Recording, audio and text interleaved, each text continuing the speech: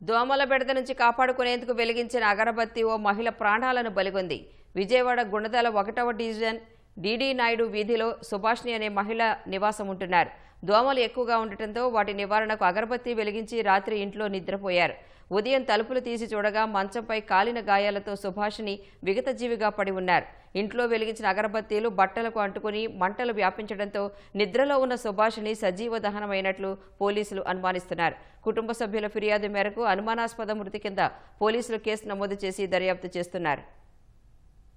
సుభాష్ని అనే 58 సంవత్సరాల మహిళ దోమలకు వెలిగించుకునే కొవ్వొత్తు యామర్పాటుగా ఉండడం వల్ల ఆమె బట్టలు అంటుకొని గత 3 రోజుల కింద చనిపోయిందండి. ఆ విచారణలో ఏం తేలిందంటే ఆమె భర్త వాచ్మెన్గా పనిచేస్తాడు.